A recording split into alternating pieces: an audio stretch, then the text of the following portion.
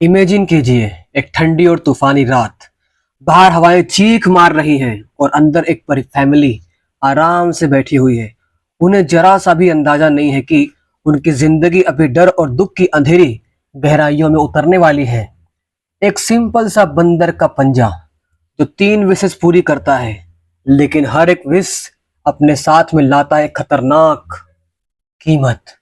क्या होगा जब इंसान लालच, जिज्ञासा और किस्मत के साथ खेलने की कोशिश करता है? यही स्टोरी है डब्ल्यू डब्ल्यू जैकब्स की मशहूर सीक्रेट से भरी हुई स्टोरी, जिसका नाम है मंकीज पॉ, बंदर का पंजा। तो चलिए स्टूडेंट्स एंड फ्रेंड्स, इसमें समझ लेते हैं कौन कौन से कैरेक्टर है, कौन कौन इस स्टोरी के अंदर आने वाले हैं, ताकि स्टोरी को समझने में हमें काफी आसानी रहे। पहला नंबर तो है वो है आपका मिस्टर वाइट। मिस्टर वाइट इस फैमिली के मेन आदमी है और जो बेटा इनका मरने वाला है उनके अब्बा जी है ये।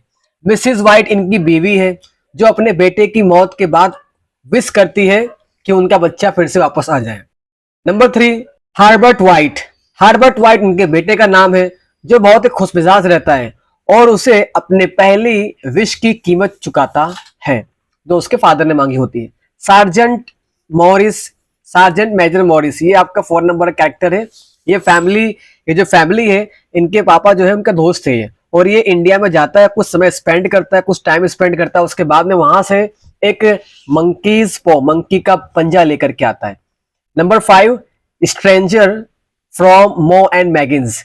तो ये कंपनी से एक बंदा आता है और वो उनके बच्चे यानी हार्बर्ट की मौत की खबर सुनाता है और उसके बदले कुछ कंपेंसेशन, मुआवजा लेकर के आता है। तो चलिए स्टूडेंट्स, अपनी स्टोरी स्टार्ट करते हैं और समझते हैं इस स्टोरी को लाइन बाय लाइन। जो भी डिफिकल्ट वर्ड्स होंगे मैं आपको समझाता हुआ चलूंगा ताकि आपको अच्छी तरह से पूरी स्टोरी समझ में आ जाए, डिफिकल्ट वर्ड्स भी समझ में आ जाए, ताकि जब भी पैसेज वाले क्वेश्चन आंसर एग्जाम में आए या फिर इसकी शॉर्ट नोट आए तो आप आसानी से सारे आंसर दे सके अच्छी तरह से। On a cold and stormy night, mister White and his son Herbert were playing chess in their small living room of villa. एक ठंडी और तूफानी रात में मिस्टर वाइट और उनका बेटा हार्बर्ट अपने छोटे से लिविंग रूम में चेस खेल रहे थे, शतरंज खेल रहे थे। स्टॉर्मी का मतलब होता है तूफानी। While Mrs. White was sitting by the fire, knitting and talking to them occasionally, जबकि उनकी बीवी मिसेस वाइट आग के पास में बैठी हुई थी और वो ऊन की बुनाई कर रही थी और ओकेजनली कभी कभी उनसे बातें किए जा रही थी। निटिंग मतलब होता है बुनाई करना ऊन से। They were expecting a guest named Sergeant Morris, who was a family friend and had been posted in India and was back after completing his tenure. यहाँ पे वर्ड यूज किया है टेन्योर। टेन्योर का मतलब होता है कि किसी भी पोजीशन या किसी भी पोस्ट पे आप कितने साल काम करते हैं उसका एक टाइम पीरियड होता है जिसे हम कहते हैं टेन्योर। हिंदी में कहते हैं कार्यकाल। जैसे कि प्रेसिडेंट का जो टेन्योर होता है वो 5 साल का होता है, उसके बाद वो चेंज हो जाता है। तो चलिए इसका मतलब समझते हैं। सो ये लोग सभी मिल करके एक मेहमान का इंतजार कर रहे थे जिनका नाम था सार्जेंट मॉरिस, और जो इनके परिवार का दोस्त था, इनकी फैमिली का ये फैमिली फ्रेंड था, जो कि भारत में काम कर रहा था, इंडिया में काम कर रहा था, और अब वो अपनी जो टेन्योर थी उसको कंप्लीट करके वापस आ रहा था। There he is, said Herbert, hearing the gate shut loudly and heavy footsteps coming to the door. हार्बर्ट ने कहा, वो रहा, जब उसने गेट के तेज आवाज से बंद होने और भारी फुट स्टेप्स की मतलब कि कदमों की आवाज उसने दरवाजे की ओर आते हुआ सुना। तो उसने हार्बर्ट ने कहा कि लो गेस्ट आ गए हमारे।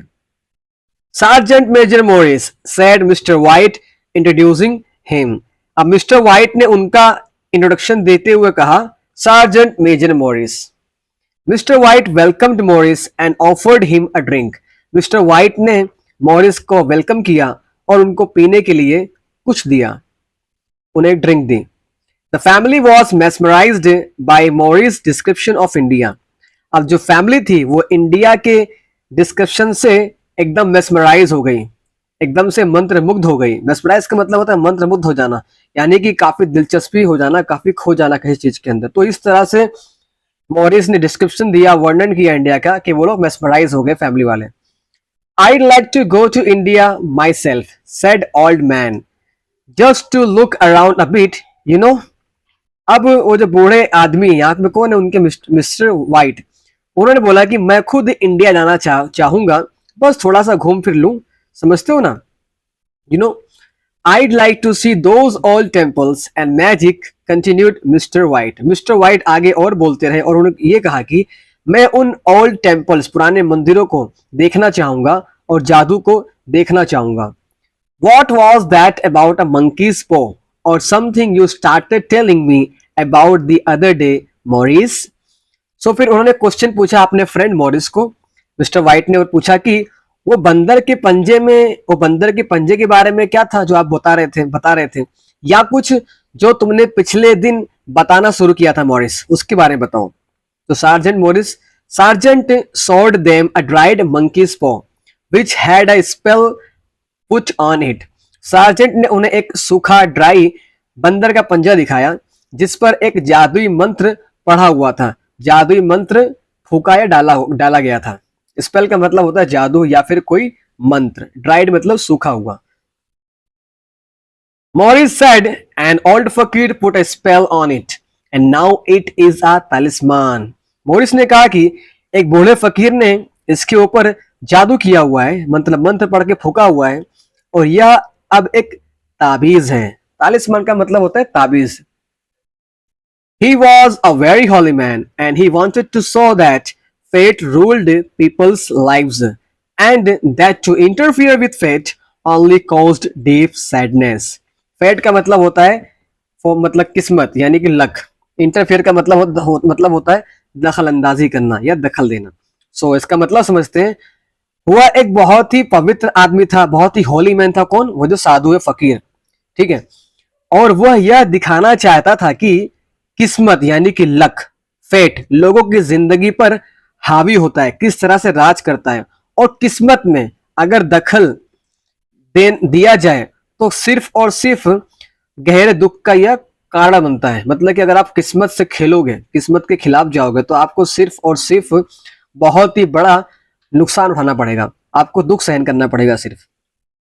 He put a spell on it so that 3 separate men could have 3 wishes each from it. उसने इस पर ऐसा मैजिक डाला था, ऐसा मंत्र पढ़ा था कि 3 अलग अलग आदमी इससे 3 विशेष मांग सकते थे, 3 इच्छाएं इससे कर सकते थे, यानी 3 विश अपनी पूरी कर सकते थे.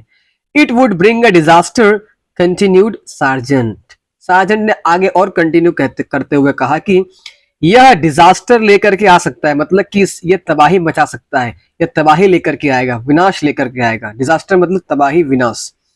It has caused enough trouble already. इसने पहले ही बहुत मुसीबत पैदा कर चुका है, मतलब बहुत सारी मुसीबतें इसकी वजह से आ चुकी है. And threw the paw upon the fire. और उसने उस पंजे को उस जलती हुई आग में फेंक दिया.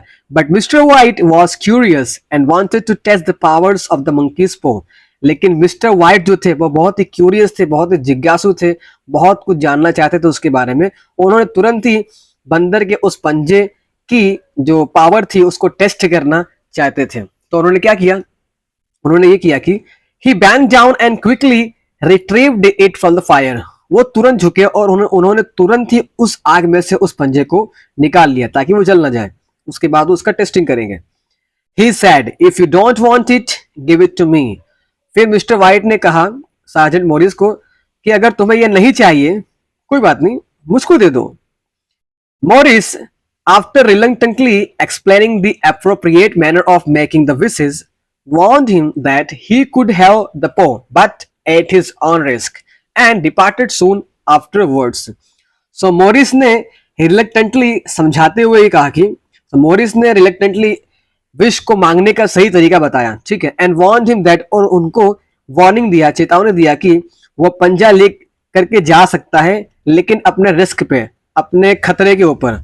एंड डिपार्टेड सून आफ्टरवर्ड्स, और थोड़ी देर बाद तुरंत ही वहां से वो चला जाता है. सो फ्रेंड्स, वीडियो थोड़ी लंबी हो रही है, इस वजह से हम इसको एक पार्ट में ही कवर कर रहे हैं. इसका सेकेंड पार्ट हम तुरंत ही बहुत जल्द अपलोड कर देंगे. सो अगर वीडियो आपको अच्छा लगा हो, स्टोरी आपको समझ में आई हो, तो फ्रेंड्स इस चैनल को सब्सक्राइब कर लेना और वीडियो को जरूर लाइक करना और अपने फ्रेंड के साथ जरूर शेयर करना ताकि उनको भी इनका फायदा मिल सके. फिर मिलेंगे पार्ट 2 के अंदर। तब तक के लिए आप सभी स्टूडेंट्स को best of luck. Jai Hind, take care, see you, study hard.